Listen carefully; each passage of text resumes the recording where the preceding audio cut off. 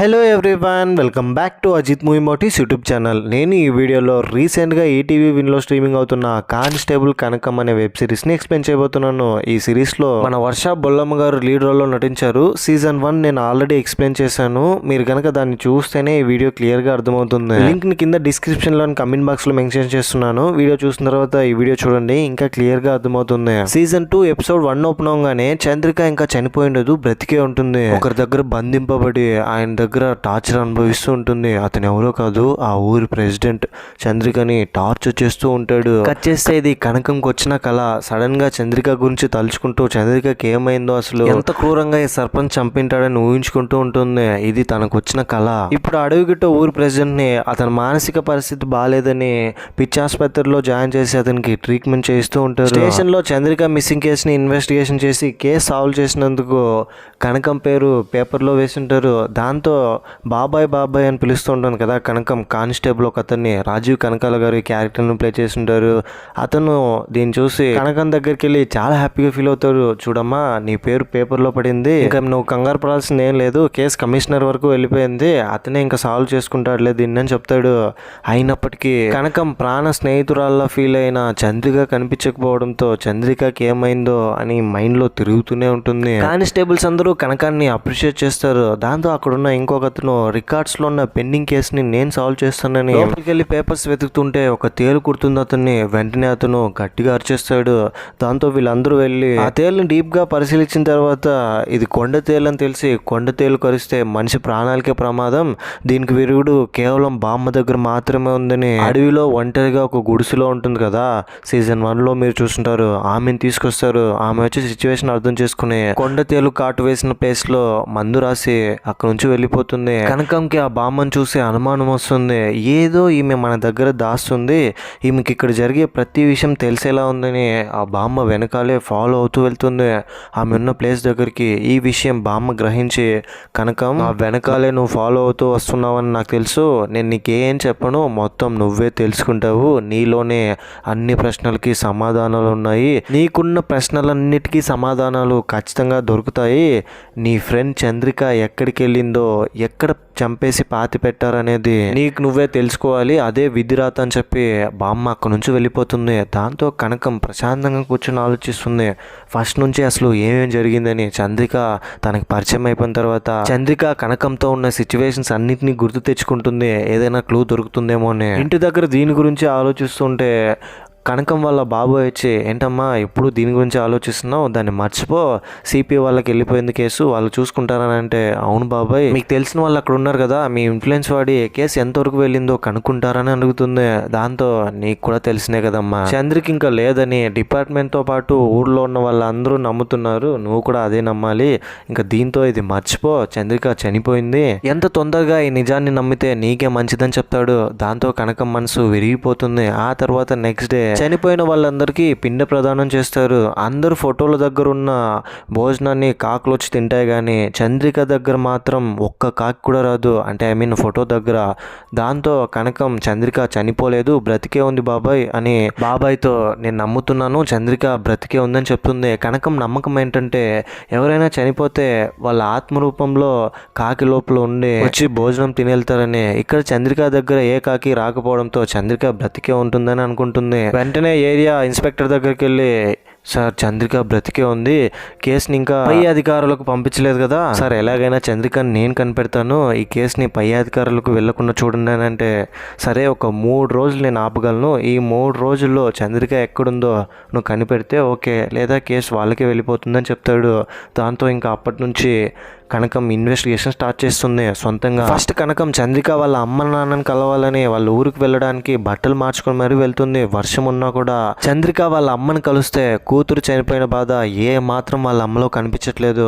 Something is wrong అని కనకం ఇదంతా observe చేస్తూ ఉంటుంది. నేను చంద్రిక గురించి ఆలోచిస్తున్నాను, తనకి ఏమైందో అని, నిద్ర కూడా సరిగా పట్టట్లేదని ఏడుస్తూ తన దగ్గర బాధపడుతూ ఉంటే, ఏం చేస్తామమ్మా మాకు కూడా అలాగే ఉందని అంటుంది. సరే నేను ఇక్కడ నుంచి వెళ్తానంటే ఇంత పెద్ద వర్షం వర్షం పడుతుంది, రేపు పొద్దున్నే వెళ్తూలే చంద్రిక రూమ్ ఖాళీగానే ఉంది, చంద్రిక బట్టలు కూడా ఉంది, వెళ్ళి వేసుకో, రూమ్లో ఉండు, రేపు పొద్దున్నే చంద్రిక వాళ్ళ నాన్న కూడా వచ్చేస్తారు, అతనితో మాట్లాడి వెళ్దూలే అని చంద్రిక వాళ్ళ అమ్మ చంద్రిక రూమ్లోకి వెళ్ళమంటుంది. కనకం రూమ్ లోపల వెళ్ళిపోయిన తర్వాత చంద్రిక థింగ్స్ అన్నిటిని అబ్జర్వ్ చేస్తుంటుంది. అందులో ఒక డ్రెస్లో మరక ఉంటుంది, బ్లడ్ మరకలు అవి చంద్రికకి కనకమ్మే గిఫ్ట్గా ఇచ్చింది. అందులో బ్లడ్ మరకలు ఉండడంతో చాలా కంగారు పడుతుంది. కొంతసేపటికి చంద్రిక వాళ్ళ నాన్న వచ్చి ఆ అమ్మాయి వచ్చిందా మనల్ని వెతుక్కుంటూ అని మాట్లాడుకుంటుంటే డోర్ దగ్గర తాళాల్లో హోల్ నుంచి చూసి కనకం భయపడిపోతుంది, వీళ్ళే ఏమైనా చంద్రికని చేస్తారా అని. నెక్స్ట్ డే మార్నింగ్ మోకాల నొప్పులు మీకు తగ్గాయనంటే నాకు మోకాల నొప్పులా, ఎవరు చెప్పారు, నాకు అలాంటివి ఏం లేదు, నేను తైలం తలనొప్పి మాత్రమే వాడతానని అంటుంది. కానీ ఇంతకుముందు చంద్రికని కనకం అడిగితే మా అమ్మకి మోకాల నొప్పులు అందుకనే తీసుకొచ్చానని చెప్తుంది. వీళ్ళ ఫేస్ ఎక్స్ప్రెషన్స్లు, వీళ్ళు ఆడుతున్న అబద్ధాల వల్ల వీళ్ళేదో దాస్తున్న విషయం కనకంకి అర్థమవుతుంది చంద్రిక విషయంలో. దాంతో స్టేషన్లో ఉన్న కానిస్టేబుల్ ఫోన్ చేసి చంద్రిక పోస్ట్ ఆఫీస్లో మనీ ఆర్డర్ ఒక అడ్రస్కి పంపించేది, ఎక్కడ పంపించిందో అడ్రస్ తెలుసుకొని చెప్తుంది. దాంతో కానిస్టేబుల్ అడ్రస్ తెలుసుకొని కనకం పెడతాడు. చంద్రిక ఇంతకుముందు ఎవరినైతే పోస్ట్లో కాంటాక్ట్ అవ్వడానికి ప్రయత్నించుంటుందో వాళ్ళ అడ్రస్ తెలుసుకొని ఫైనల్లీ అక్కడికి వెళ్ళిన తర్వాత చిన్న ఇల్లు ఉంటుంది, అక్కడ ఇంటి లోపలికి వెళ్ళి చూద్దామనంటే ఇంట్లో ఎవరు ఉండరు. బయట ఎంత అరిచినప్పటికీ ఎలాంటి రెస్పాన్స్ రాదు. సడన్ గా కొంతసేపు వెయిట్ చేయండి వస్తున్నానని ఒక అమ్మాయి గొంతు వినబడుతుంది. దాంతో కనకం ఆ అమ్మాయి వచ్చిన తర్వాత చూస్తే ఇక్కడ రివీల్ అయ్యే ట్విస్ట్ ఏంటంటే ఆ అమ్మాయి ఎవరో కాదు చంద్రికనే. ఒక్కసారిగా ఆ ప్లేస్ లో చంద్రికను చూసి కనకం ఎమోషనల్ అయిపోతుంది. నీకోసం నేను ఎంత వెతికానో తెలుసా, ఎన్ని రాత్రులు నాకు నిద్ర పట్టలేదో తెలుసా అని చంద్రికని హగ్ చేసుకుని చాలా ఏడ్చేస్తుంది.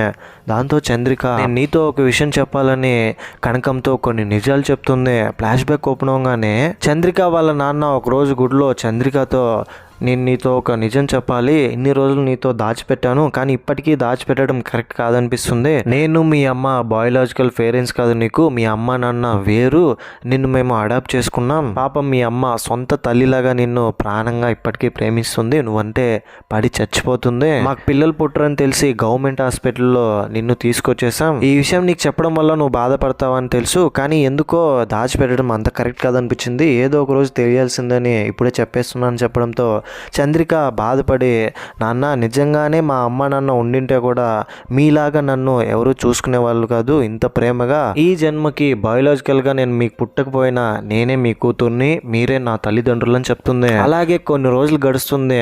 అయినా చంద్రిక మనసులో నిజమైన మా అమ్మ నాన్న ఎవరై ఉంటారు అనే క్యూరియాసిటీ ఉంటుంది.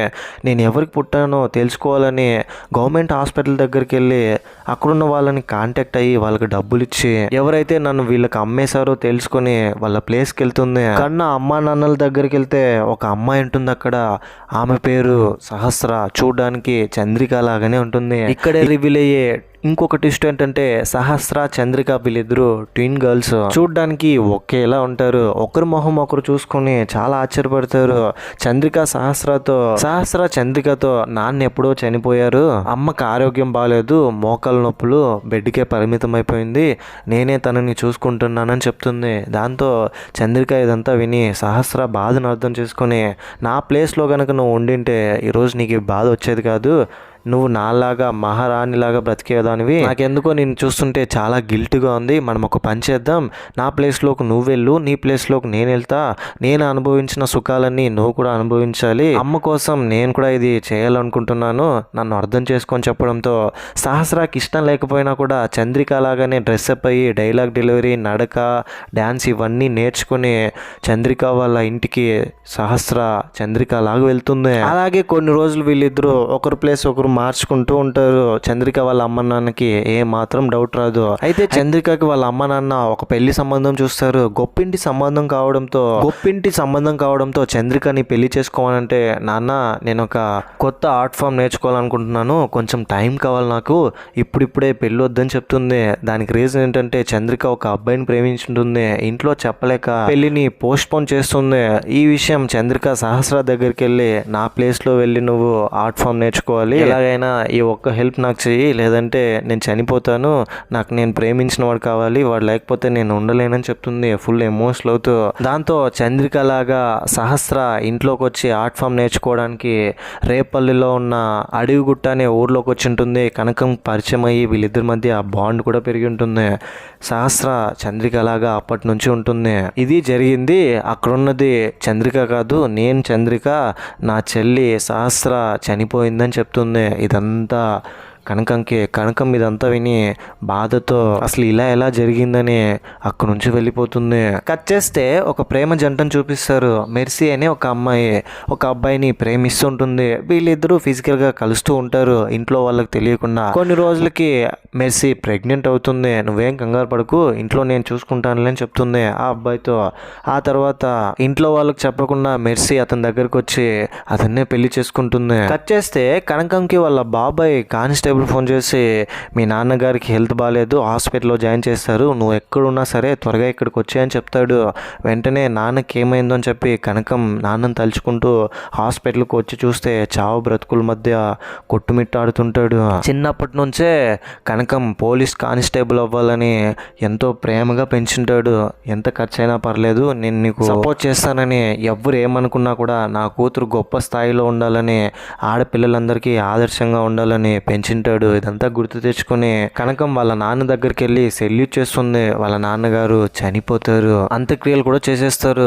దాంతో చంద్రిక వాళ్ళ అమ్మ నాన్న ఇక్కడికి వచ్చి తల్లిదండ్రులుగా మేము ఓడిపోయాం, మేము మా కూతుర్ని కాపాడలేకపోయాం, తనకేమైందో నువ్వే కనిపెట్టాలని ఎమోషనల్ అయి వెళ్ళిపోతారు. చంద్రిక వాళ్ళ ఇంట్లో పని మనిషిగా ఉన్న ఆమె డీటెయిల్స్ కనుక్కొని కనకం వాళ్ళ ఇంటికి వెళ్తుంది. చంద్రిక కేసులో ఒక క్లూ దొరికింది, మీ సహాయం కావాలి, కొంత ఇన్ఫర్మేషన్ కావాలని వాళ్ళ ఇంటికి వెళ్ళి పని మనిషి దగ్గర అది ఆ డ్రైవర్ సతీష్ గారు ఉన్నాడు కదా, తనతో ఎప్పుడైనా మిస్బిహేవ్ చేసినట్టుగాని నీకేమైనా అనిపించిందని అంటే పని మనిషి అవునమ్మా, వాడికి ఎప్పుడు చంద్రిక మీద ఒక కన్ను ఉండేది, చంద్రిక ఓని ఒకరోజు ఏదో చేస్తూ ఉంటే నేను అది మాటలో చెప్పలేను నీకు, నేను చూసేసరికి అయ్యగారికి చెప్పొద్దని నా దగ్గర మాట తీసుకున్నాడు, ఇంకెప్పుడు చంద్రిక కనబడినని దూరంగా వెళ్ళిపోయాడు, నాకు వాడి మీదే అనుమానంగా ఉంది అని అంటే కనకం డ్రెస్ని తీసి ఆమెకు చూపిస్తుంది, రక్త మార్కులు ఉన్న క్లాత్ని. దాంతో అది చూసిన తర్వాత చంద్రిక మిస్ అయిన రోజు ఇదే డ్రెస్లో ఉండింది, అయితే వాడే ఖచ్చితంగా చంద్రికని తీసుకెళ్ళి ఏదో ఒకటి చేసింటాడని కంగారు పడుతుంది. కట్ చేస్తే ఇంతకు ముందే చంద్రిక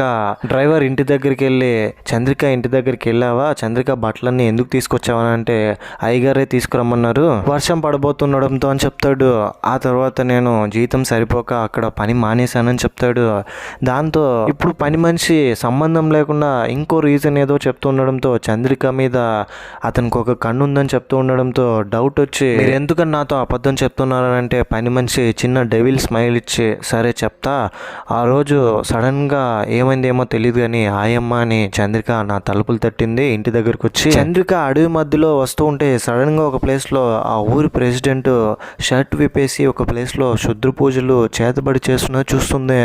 దాంతో చూసి భయపడి ఇప్పుడు ఆయమ్మ దగ్గరకు వచ్చేసి పని మనిషి దగ్గర ఇంకెన్ని దారుణాలు చేస్తారో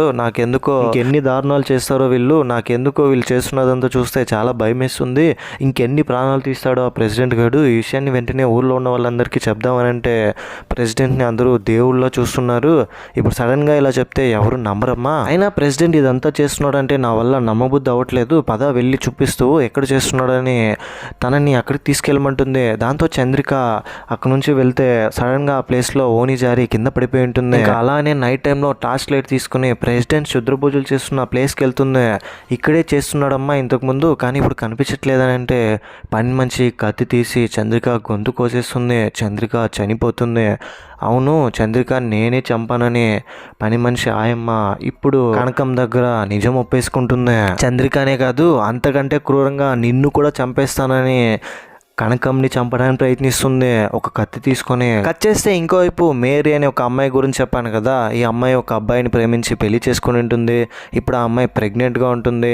ఇంట్లో వాళ్ళకి తెలియకుండా వచ్చేసి ఉంటుంది కాబట్టి ఇప్పుడు తెలిసిన వాళ్ళకి కనిపించడంతో మా అమ్మ నాన్న ఎలా ఉన్నారని అడిగితే వాళ్ళిద్దరూ నీ వల్ల నీలాంటి పాపిష్టి కూతుర్ని కన్నందుకు సూసైడ్ చేసుకొని చనిపోయారని చెప్తారు. దాంతో చాలా బాధపడుతుంది. ఈ విషయం భర్త దగ్గరికి వెళ్ళి చెప్తామనంటే అతను వర్క్ మీద ఎక్కడికో ఊరికి వెళ్తున్నానని వెళ్తూ ఉండడంతో ఈ టైంలో చెప్పి ఎందుకు ఇబ్బంది పెట్టడం అని తను ఏం చెప్పదు. ఆ తర్వాత కొన్ని రోజులకి ఆ అమ్మాయికి డెలివరీ అవుతుంది. సాడ్లీ ఆ అమ్మాయి చనిపోతుంది. బేబీని చూపించానంటే డాక్టర్స్ బేబీ కండిషన్ ఏం బాగాలేదు, ప్రాపర్ ఆర్గన్స్ తో పుట్టలేదు, చూస్తే మీరే బాధపడతారు. ముఖ్యంగా తల్లి చూస్తే ఇంకా తన మనసు ఎలా ఉంటుందో నేను అర్థం చేసుకోగలను. బేబీని మీరు చూడకపోవడమే మంచిదని చెప్పేస్తారు. దాంతో డెలివరీ అయినప్పటికీ పాప చనిపోయినప్పటికీ భర్త తిరిగి రాడు. వెళ్ళినతను ఎన్ని రోజులైనా తిరిగి రాకపోయేసరికి భర్తనే తలుచుకుంటూ బాధపడుతూ ఉంటే సడన్గా ఒకరోజు భర్త కూడా చనిపోయాడని తెలుస్తుంది కాల్పుల్లో. కట్ చేస్తే ఇంకోవైపు కనకంని ఇంటి పని మనిషి ఆయమ్మ చంపడానికి ప్రయత్నిస్తుంది కదా. ఏదో ఒకలాగా కనకమ్మ ఆమె దగ్గర నుంచి తప్పించుకుంటుంది.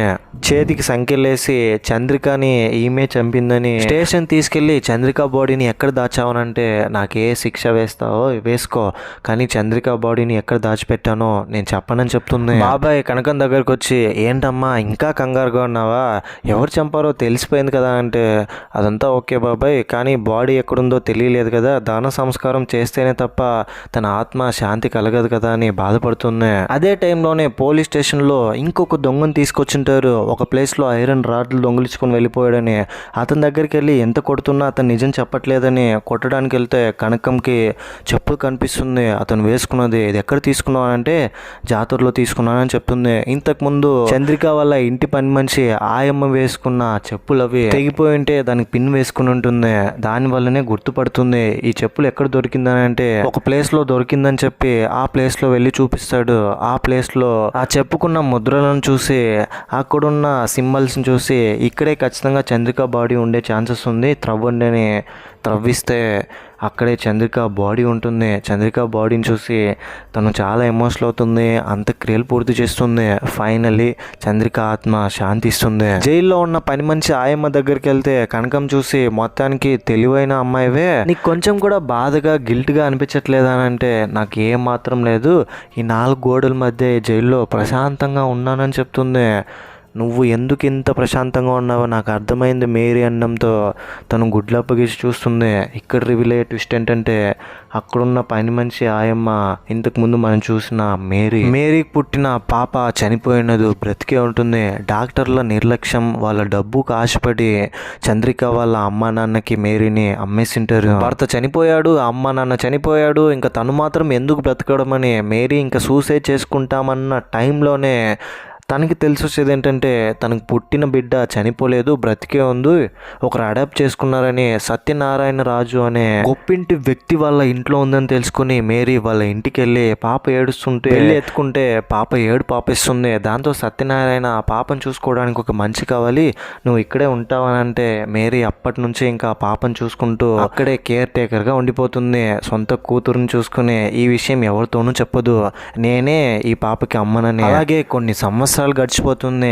చంద్రిక పెద్ద అమ్మాయి అయిపోతుంది. ఆ టైంలోనే చంద్రిక వాళ్ళ అమ్మ ఆయమ్మ దగ్గర మేరీ దగ్గర నీతో ఒక విషయం చెప్పాలి, చంద్రిక మాకు పుట్టిన పాప కాదు, మేము ఆ పాపని అడాప్ట్ చేసుకున్నాం, ముందు ఇంకో పాపను అడాప్ట్ చేసుకున్నాం, ఆ అమ్మాయి వల్ల మాకెప్పుడూ కష్టాలే, వ్యాపారాల్లో కూడా నష్టం వచ్చింది, నాకు ప్రాణగండం ఉందని ఒక పంతులు గారు చెప్పడంతో ఆ అమ్మాయిని తీసుకెళ్ళి తిరిగి అక్కడే ఇచ్చేసి ఇంకొక అమ్మాయిని తీసుకొచ్చామని చెప్తుంది. దీంతో మేరీకి అర్థమయ్యేది ఏంటంటే ఇప్పుడు వీళ్ళ దగ్గర ఉన్న పాప మేరీ కూతురు కాదు, వాళ్ళ కూతుర్ని ఇచ్చేశారు, ఇప్పుడు ఎక్కడుందో నేను కూడా కనిపెట్టలేనని. సరే ఒకసారి ట్రై చేద్దామని మేరీ హాస్పిటల్లో ఉన్న మేనేజ్మెంట్ దగ్గరికి వెళ్ళి డబ్బులు ఇస్తానని చెప్తా అన్నా కూడా వాళ్ళు ఏం నిజాలు బయట పెట్టరు. అప్పటి నుంచి చంద్రిక మీద నాకు చాలా కోపం వచ్చింది. నా కూతురు ఉన్న ప్లేస్లో చంద్రిక ఉండడంతో ఎప్పుడు చంద్రికను చూసినా చంపేయాలనిపించేది, చివరికి అవకాశం వచ్చింది అందుకనే చంపేస్తానని చెప్తుంది. ఇదంతా విన్న కనకం నేను హాస్పిటల్కి వెళ్ళాను, నీ కూతురు ఎక్కడుందో ఇప్పుడు నాకు తెలుసు, కానీ నేను నీకు చెప్పను, జీవితాంతం నేను వేసే శిక్ష ఇది నీకే, ఎవ్వరికి నీ కూతురు ఎక్కడుందో తెలియదు, నాకు మాత్రమే తెలుసు, నేను వెళ్ళి కనుక్కున్నాను, పోలీస్ ఇన్ఫ్లుయెన్స్ వాడి, నువ్వు ఇలాంటి తల్లివాడిని అనుకోలేదని అక్కడ నుంచి వచ్చేస్తూ చాలా బాధపడుతుంది. ఇక్కడే రివీల్ అయ్యే ఇంకొక ట్విస్ట్ ఏంటంటే మేరీ కూతురు ఎవరో కాదు కనకమే. కనకం వాళ్ళ నాన్న కూడా కనకంని అడాప్ట్ చేసుకుని ఉంటాడు పిల్లలు పుట్టరని తెలిసి. ఇది తెలుసుకుని ఇలాంటి క్రూరమైన అమ్మ నాకు అమ్మ కాకపోతే ఏంటని మేరీని బయటికి తీసుకురాకుండా జైల్లోనే ఉంచేస్తుంది. నేనే నీ కూతురు అన్న నిజం ఎప్పటికీ బయటికి చెప్పకుండా నా కూతురు ఎవరో కనకం మాత్రమే తెలుసని లోపల మేరీ కుమిలిపోతూ ఉంటుంది కనకంని అడుగుతూ. ఒక సంవత్సరం తర్వాత జైల్లో ఉన్న మేరీ బయటకు వచ్చేస్తుంది. బయటకు వచ్చి కనకం ఫోన్ చేసి, అమ్మా కనకం, నా కూతురు ఎవరో చెప్పవా అని అంటుంది. సరిగ్గా అప్పుడే అక్కడ ఆ ఊరి ప్రెసిడెంట్ కూడా ఉంటాడు. వీళ్ళిద్దరూ ఒకరినొకరు చూసుకుంటారు. ఇంతటితో ఈ సిరీస్ ఎండ్ అయిపోతుంది. కానిస్టేబుల్ కనకం సీజన్ 3 కూడా ఉంటుంది, త్వరలోనే వస్తుంది. ఈ సిరీస్ పై మీ ఒపీనియన్ ఏంటి, నా ఎక్స్ప్లెనేషన్ మీకు ఎలా అనిపించింది అనే దాన్ని ఏదో ఒకటి కింద కమెంట్ బాక్స్ లో తప్పకుండా నాతో షేర్ చేసుకోండి. అండ్ ఇలాంటి కైండ్ ఆఫ్ మరిన్ని మూవీస్ అండ్ ఎక్స్ప్లెనేషన్ వీడియోస్ కోసం మన ఛానల్ని సబ్స్క్రైబ్ చేసి బెల్ ఐకాన్ క్లిక్ చేసేయండి. చాలా మంది మన వీడియోస్ చూస్తున్నారు కానీ సబ్స్క్రైబ్ చేసుకోవట్లా. మీకు గనక నా ఎక్స్ప్లెనేషన్ నచ్చితే ప్లీజ్ ట్రై టు సబ్స్క్రైబ్. ఇంకో ఇలాంటి ఇంట్రెస్టింగ్ మూవీ ఎక్స్ప్లెనేషన్ వీడియోతో మీ ముందు ఉంటాను. అంతవరకు సేఫ్గా ఉండండి, నవ్వుతూ ఉండండి, నవ్విస్తూ ఉండండి. Thank you. జై హింద్.